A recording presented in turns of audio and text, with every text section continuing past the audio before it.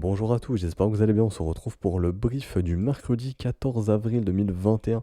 Alors aujourd'hui, on parlera du breakout de Bitcoin, hein. Hier, j'avais fait un petit peu l'update vers 10 h du matin avec les élèves. Et bien entendu, je poste le brief ensuite. Et du coup, le Bitcoin a breakout pendant que j'étais encore en brief avec les élèves. Donc le brief est arrivé un tout petit peu après. Mais bon, j'en parlais un petit peu dans le brief d'hier où je me disais, bon, c'est qu'une question d'heures ou de jours, 24, 48, 72 heures. On devrait avoir un breakout vu la tête du momentum et ça a pas loupé, on a bien eu ce breakout ici. Nouveau sommet pour le Bitcoin, donc tout va bien pour le Bitcoin, on se fait un nouveau sommet. Bitcoin montre qu'il est toujours bullish à long terme, qu'on n'a pas trouvé de sommet à long terme, donc c'est très bon signe pour les investisseurs. Bon, on en parlait depuis très longtemps ici. On attendait simplement la résolution de cette zone de combat, hein, et tant que le premier arrêt ne cède pas, on était dans un piège baissier. Donc ça c'est le premier arrêt 0,382, il n'a pas cédé, on était bien loin de celui-ci. Donc nouveau sommet et résolution haussière de cette zone de combat.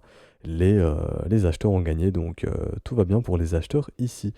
Donc c'est nickel, j'ai envie de dire c'est nickel. Maintenant on va regarder un petit peu le momentum en weekly. Alors, je vais juste cacher tout ça. Faudra quand même faire attention. En weekly, on a toujours cette perte de momentum. Donc, pour le moment, il n'y a rien d'alarmant sur du long terme, je le dis, hein, puisqu'on a toujours cet état d'enfoncement aussi. Et généralement, d'expérience, quand on a un état d'enfoncement ainsi, ça montre que le mouvement est très fort. Et généralement, ça montre aussi que les divergences vont s'accumuler avant de créer une consolidation un petit peu plus longue, si je puis dire. Donc, en fait, il y a deux scénarios en weekly ici. C'est soit on continue de pousser à la divergence comme ceci sur le momentum, mais le marché va continuer de monter, ça, il n'y a pas de problème. Ou alors on va complètement défoncer en fait. On va complètement défoncer ici les divergences. Donc on va faire un nouveau sommet et à ce moment-là, le Bitcoin va vraiment accélérer très fortement. Donc quoi qu'il arrive, la direction c'est la hausse maintenant. Mais c'est de savoir si on va pousser à la divergence, donc si on va monter quand même, mais si on va monter, voilà, doucement mais sûrement. Enfin, pas doucement mais sûrement, mais vous avez compris un petit peu ce que je veux dire. En poussant à la divergence, donc plus avec un momentum aussi fort qu'avant, aussi justement, on va retrouver un nouveau sommet sur le momentum. Et à ce moment-là, on aura vraiment un marché très très très très fort et une hausse très très puissante. Mais quoi qu'il arrive maintenant, c'est bullish et le marché devrait monter tranquillement, sans problème. On a retrouvé un momentum complètement bullish en daily ici. Donc là, je vais passer en grand écran. Ça y est, la résolution a été gagnée par les bulls. Donc ça, je vais faire une petite mise à jour. Hop. Donc comme on l'avait indiqué, lorsqu'on aura résolution, mouvement explosif, explosif retour de volatilité. Bon bah ici maintenant on est quand même passé de 59 000 à 65 000 en moins de 24 heures ici, enfin en 24 heures grosso modo. Donc un petit mouvement du pourcent, bon pour certains c'est rien, mais bon vu la capitalisation du Bitcoin actuellement, on est quand même à 1200 milliards, donc voilà 8% c'est pas rien du tout j'ai envie de dire. Ça reste quand même assez élevé en fait, 8%. Et donc, quand on regarde la charte ici, de la volatilité, je pense hein, qu'on a eu notre fameux W qu'on surveillait. Voilà, le W est en train de s'instaurer, donc on a bien un retour de volatilité qui est en train de se mettre en place. Donc très très intéressant tout ça. Donc que du positif pour le Bitcoin, honnêtement.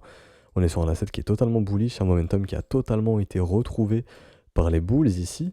Donc ça y est, on est sorti de cette consolidation et reprenons notre mouvement haussier, reprenons notre dynamique haussière suite à ce W et allons chercher de nouveaux objectifs. Et on en avait parlé justement, hein.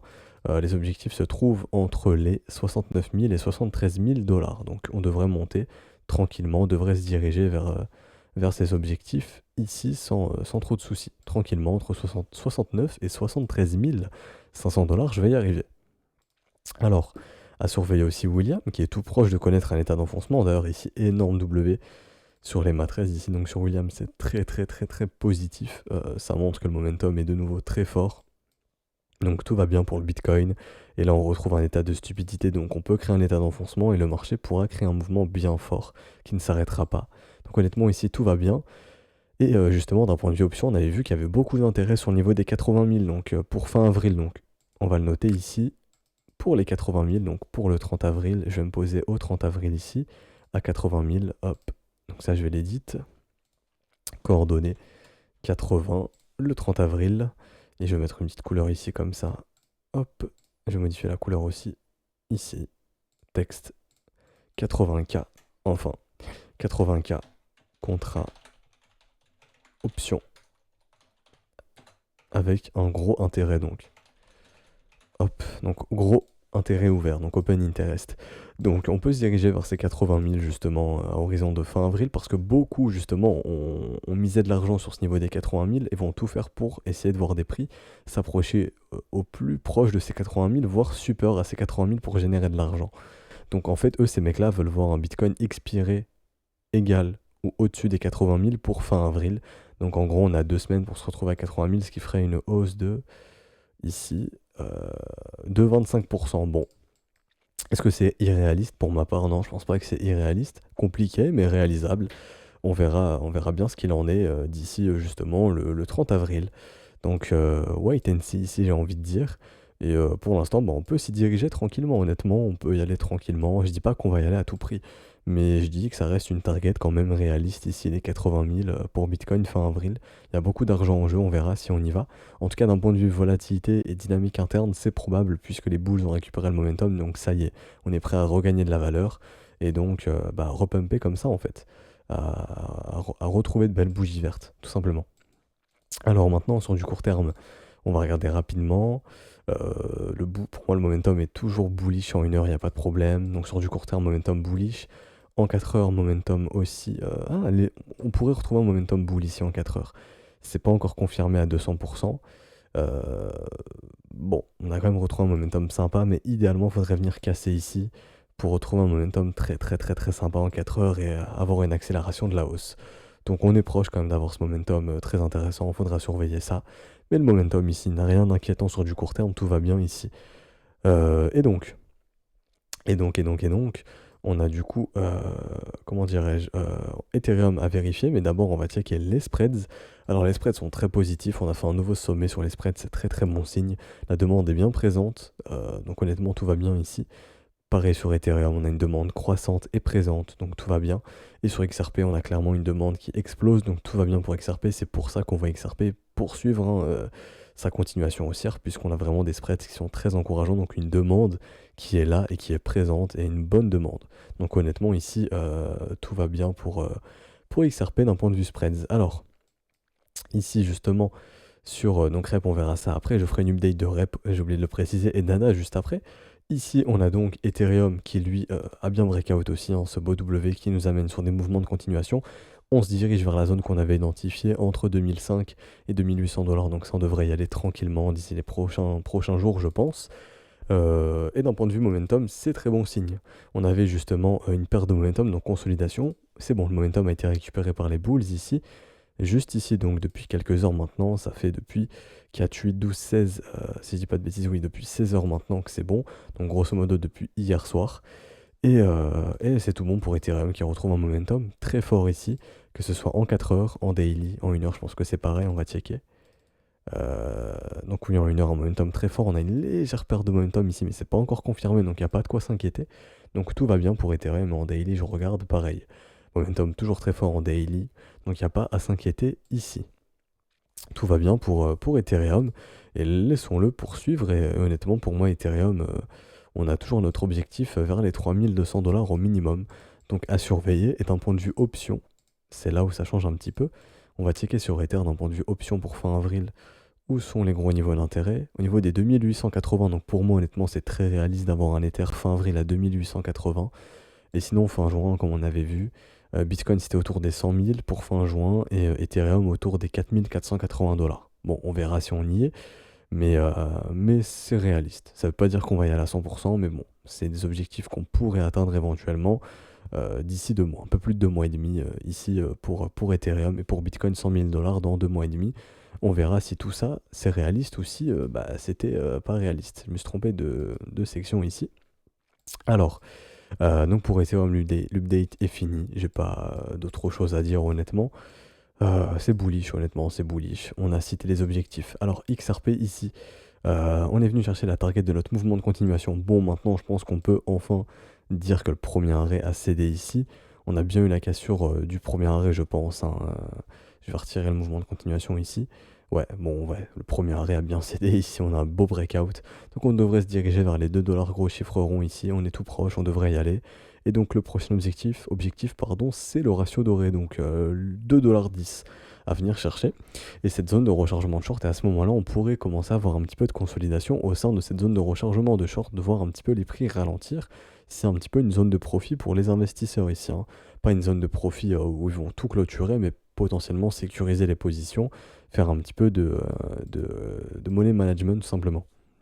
Et donc on a XRP ici qui devrait aussi venir chercher son VTOP hein, autour des 2,75 $ et donc par définition aussi tout naturellement venir chercher les 3,30 $.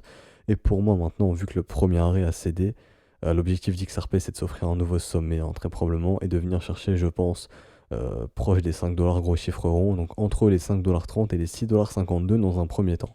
On peut aller chercher plus haut par la suite, mais ce serait déjà un bel objectif, les 5,30 $ et les 6,52 $. Et ici, honnêtement, tout va bien pour XRP. Et on va checker d'un point de vue momentum sur du court terme ce que ça donne. Et je pense, vu le ralentissement, qu'on peut avoir une perte de momentum ici. Donc ça, je vais supprimer. Voilà, donc là, on a une légère perte de momentum, donc déjà une diff confirmée ici. Et on a une diff potentielle ici, à noter. Donc ça, je vais mettre en petit tiré hein, quand c'est pas confirmé encore. Hop, comme ceci. Donc, d'un point de vue ici dynamique interne, on peut commencer à penser à un petit peu de consolidation légère. Donc on l'a eu ici, sur cette petite div, on l'a eu. Maintenant, il faudra surveiller si cette div ne se confirme pas. Donc pour l'instant, ça y est, la consolidation, on l'a eu, on en est sorti. Mais c'est pas pour autant que le momentum est redevenu à 100% bullish. Donc en une heure, attention, on a des petites faiblesses d'un point de vue momentum, on peut se mettre un petit peu à consolider. Et bah je pense qu'on va se mettre à consolider quand on arrivera dans cette zone de rechargement de short. Donc ça peut être une petite zone de gestion du risque pour certains, par exemple sécuriser l'investissement. Voilà, pour moi ça me semble pas aberrant de sécuriser l'investissement ici. Donc pour XRP honnêtement c'est fini. Peut-être regarder en 4 heures rapidement, on va checker. D'un point de vue momentum, il n'y a rien d'inquiétant ici en 4 heures pour le moment, donc honnêtement tout va bien pour XRP en 4 heures, c'est plus en 1 heure où on commence à avoir des petits signes de faiblesse d'un point de vue momentum. Donc on devrait continuer de pousser jusque dans la zone de rechargement de short tranquillement. Et à ce moment-là, les vendeurs devraient se remontrer et on devrait voir justement les phases de consolidation intervenir. Donc il y a encore un petit peu de potentiel pour XRP. Sur du court terme, hein, pour moi sur du long terme, ici pour les prochaines semaines, prochains mois, on devrait exploser la TH, mais vraiment sur du court terme, 24, 48, 72 heures, on devrait pousser un petit peu dans la zone de rechargement de short, mais il ne faut pas trop lui en demander, je pense. On a déjà eu une belle phase de hausse ici avec de nombreuses consolidations et de nombreux mouvements de continuation, hein. Par exemple ici. Alors, ici justement, on pousse, on consolide, on repart sur des mouvements de continuation, on fait la même chose, on consolide, on repart sur des mouvements de continuation, on consolide W, mouvement de continuation, donc au bout d'un moment, va falloir souffler un petit peu plus, et le momentum semble nous indiquer que ça devrait arriver quand même au cours des prochains jours, au sein de cette zone de rechargement de short, donc il faudra faire attention à ça. Litecoin complètement bullish, on est en train de travailler la prochaine résistance, donc qui est à 270 $. On est en train de la travailler, on va voir si ça cède. Si ça cède, on se donnera un rendez-vous à 320 $, 312 $, pardon. Et honnêtement, pour moi maintenant, Litecoin, son objectif, c'est de faire un nouveau sommet, donc de venir péter les 370 $. Et on va finir avec Rep ici, qui est toujours bullish. On m'a demandé une update, mais honnêtement, je sais pas pourquoi. On va regarder juste en weekly. Honnêtement, c'est toujours très bullish. On attend de venir péter les 45 € ici, donc c'est ajusté en dollars, bien entendu. Je regarde en euros parce que j'ai plus d'historique en euros. Mais regardez aussi en dollars de votre côté si vous êtes en dollars sur Binance, donc en USDT. Mais honnêtement, Rep est toujours très bullish. On attend juste une cassure franche des 45 €. Et est-ce que c'est le moment de paniquer quand il y a des petites bougies vertes en zone de rechargement? Non. Dites-vous, vous êtes encore dans des zones où la smart money ici accumule. Enfin, où les gros portefeuilles sont encore en train d'accumuler.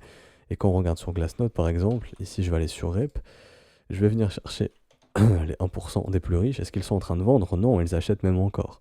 Donc les plus gros sont encore en train d'accumuler, donc il n'y a pas à paniquer ici. Sur Rep, vous êtes en train d'acheter des W-Weekly, honnêtement, il n'y a pas de quoi paniquer. Cet asset devrait performer sans trop de problèmes, tranquillement, il faut juste le laisser partir. Et donc je vais finir avec ADA, qui m'a été demandé aussi, donc j'en reparle, puisqu'on était en consolidation, c'est pour ça que j'en parlais plus, il n'y avait rien à dire. On est enfin sorti de cette consolidation maintenant. Donc ici, on peut voir qu'on a probablement déclenché un setup de continuation. Je vais regarder ça pour avoir les objectifs sur ADA. Hop, on va regarder ça.